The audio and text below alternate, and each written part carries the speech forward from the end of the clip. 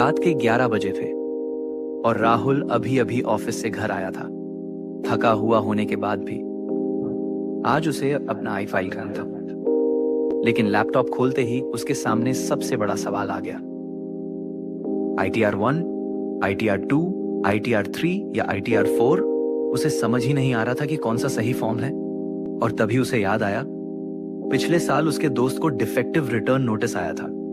किसी का refund delay हो गया था और किसी का पूरा रिटर्न ही गलत फॉर्म की वजह से रिजेक्ट हो गया था।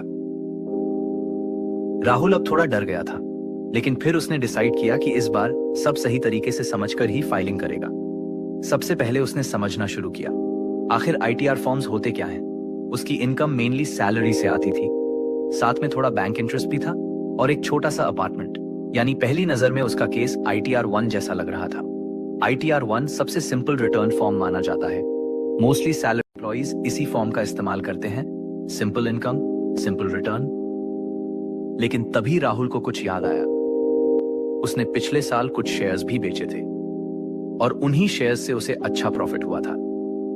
यहीं से पूरा कैलकुलेशन बदल गया, क्योंकि कैपिटल गेन्स आने के बाद ITR1 वैलिड नहीं रहता। अब उसके सामने आया ITR2। ITR2 उन लोगों के लिए होता है जिनके पास इन्वेस्टमेंट से प्रॉफिट आता है, जैसे shares, mutual funds, property sale या multiple house properties. Foreign assets और फॉरेन इनकम वाले केसेस में भी यही कैटेगरी इंपॉर्टेंट हो जाती है।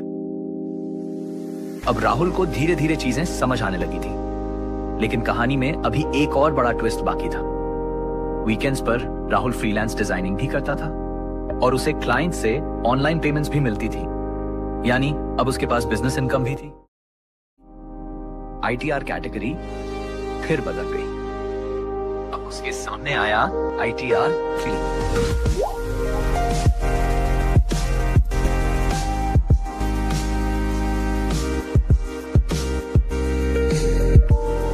फ्रीलांसर्स, कंसल्टेंट्स, बिजनेस ओनर्स और कंटेंट क्रिएटर्स, इन सभी के लिए बिजनेस इनकम रूल्स लागू हो सकते हैं। अगर आप प्रॉपर अकाउंटिंग करते हैं, एक्सपेंसेस क्लेम करते हैं और डिटेल बुक्स मेंटेन करते हैं, तो जनरली ITR एप्लीकेबल होता है।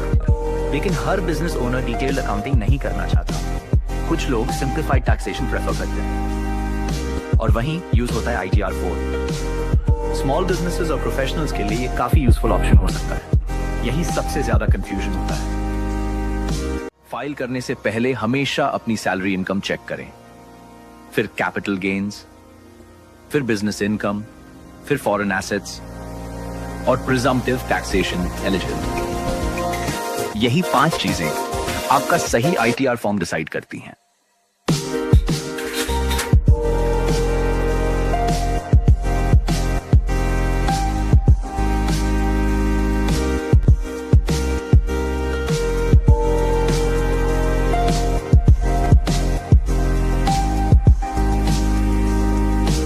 अब राहुल कॉन्फिडेंटली अपना रिटर्न फाइल करने के लिए तैयार था। अब उसे कंफ्यूजन नहीं था, अब उसे मिस्टेक्स का डर नहीं था और अब उसे अननेसेसरी नोटिसेस की टेंशन भी नहीं थी, क्योंकि अब उसे समझ आ चुका था कि सही ITR फॉर्म सिलेक्ट करना कितना जरूरी है।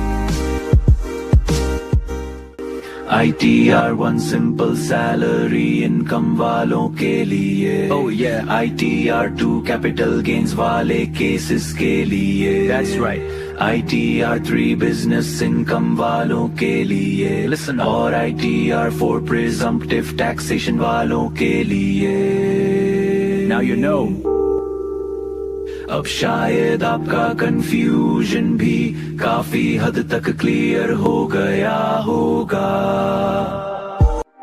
और अगर वीडियो यूजफुल लगी हो तो इसे लाइक जरूर करें और ऐसे आसान टैक्स गाइड्स के लिए चैनल सब्सक्राइब करना मत भूलिए, क्योंकि आगे भी हम ऐसे रियल टैक्स एग्जाम्पल्स लेके आएंगे ताकि टैक्स फाइलिंग आपके लिए आसान बन सकें।